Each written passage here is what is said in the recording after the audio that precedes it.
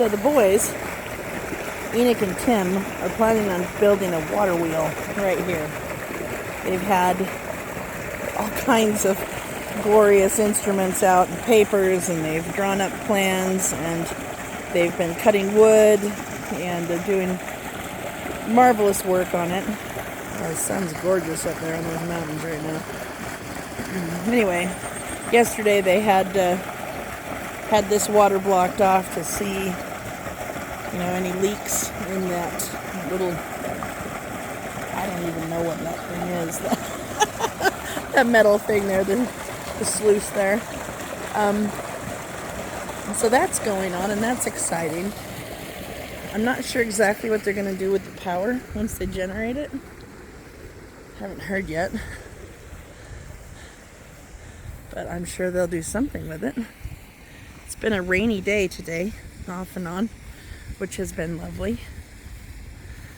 William's working on his compost pile, so we're going to go over and visit him.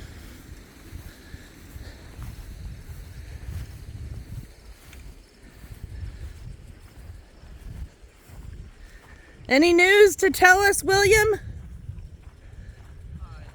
Hi. Hi. Any news to tell us? Yes.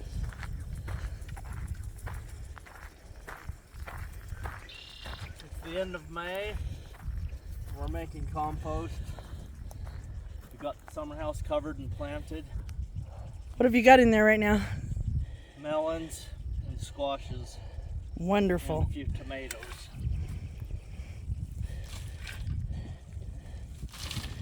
I told him about the water wheel. What's the plan for the water wheel? What will we power with it? I don't know. The kids are just excited about it. Make use of the water. So I love that. Yeah. Glad they have innovation.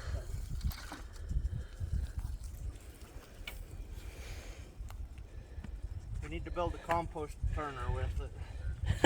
There you go. You wouldn't have to do this by hand. I don't know how though. How do you make a compost turner out of it? I'm not sure. That's why people invented the compost tumblers, but they don't get the air they need in there.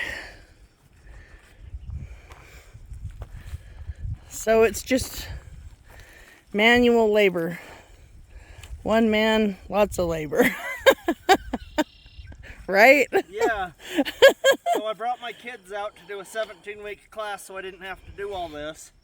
And I told them they could have Saturdays and Sundays off. So now that's a mistake. Here it is Saturday and the temperature said I have to turn it today. Well, I'll yep. never do that again. I gotta work them 24/7, 365. Yeah, that's not gonna happen. But you can wish. Oh, hey, I'm gonna wander up by the bees. I think I shared this on a previous video. So, but I don't know if I did or not.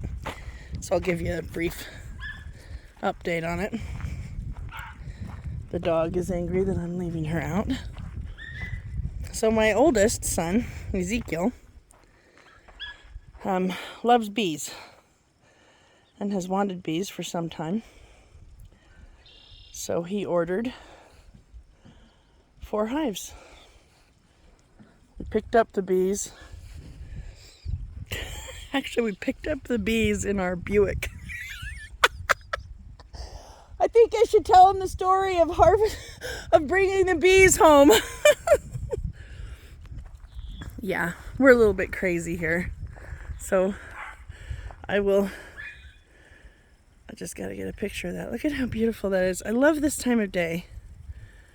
The sun is shining right down into some of those canyons up on the mountain, and it gives you such a good perspective of the depth of these East Humboldts. It's just marvelously beautiful. Okay, back to the bee story. Anyway, so Ezekiel ordered the bees, and we were waiting for the beekeeper, and I apologize, I do not know the name. I'll try to find out and put it in the description here of the video. But he's in Utah, and we were just waiting for them to let us know when the bees would be ready to go. So they were ready in April, I think. April or May, one of the two. Time's moving along here. Anyway, we went over to pick them up in our Buick, which is not normally what I would, pick up bees in. I would normally go in a truck, but gas prices are outrageous right now. And it was going to cost almost as much as another hive worth of bees to go pick the bees up. So I thought, okay, we'll just pick them up in the Buick. And to be fair too, the truck was having some issues, and I didn't know what it was, and I didn't want to break down somewhere in the middle of the salt flats. Anyway, let's just see these cuties working.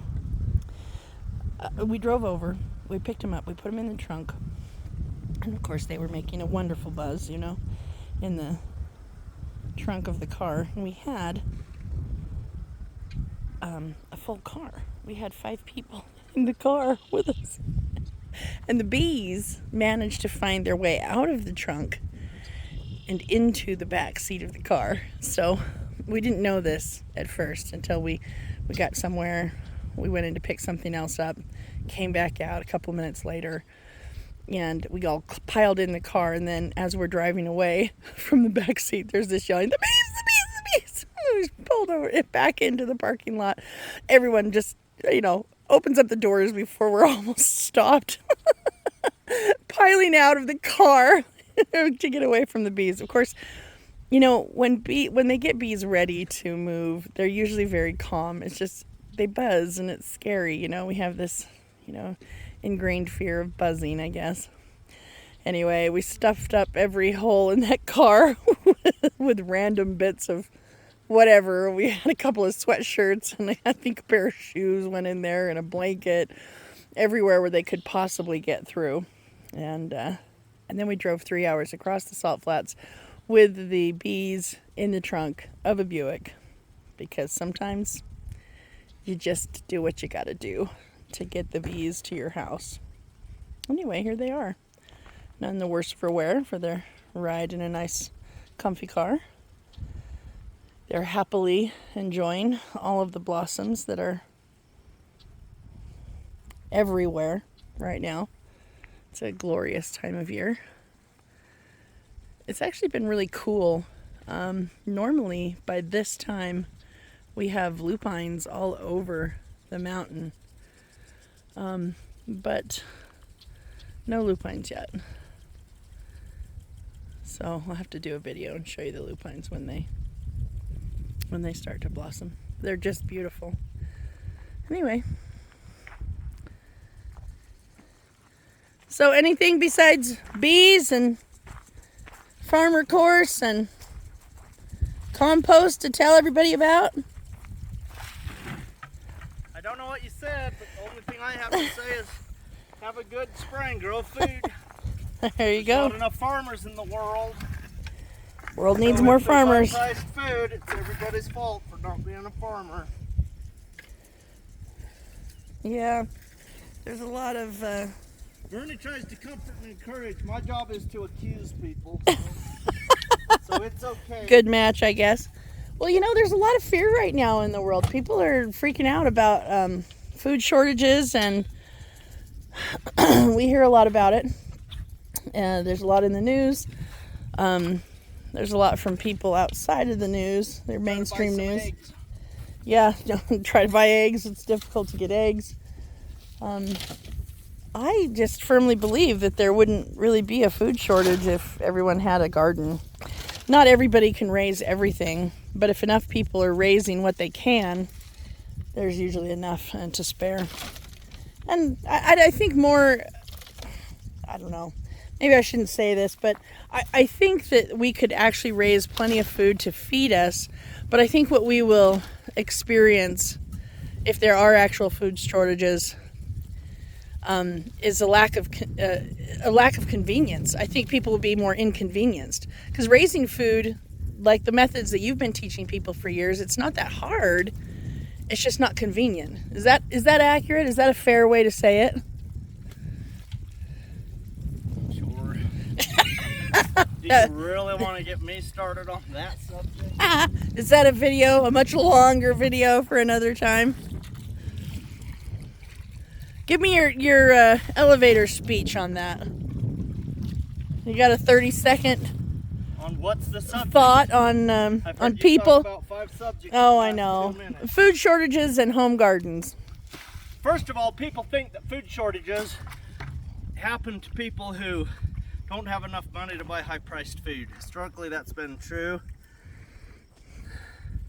But there's people who never talk about this, and they're talking about it right now, which is interesting.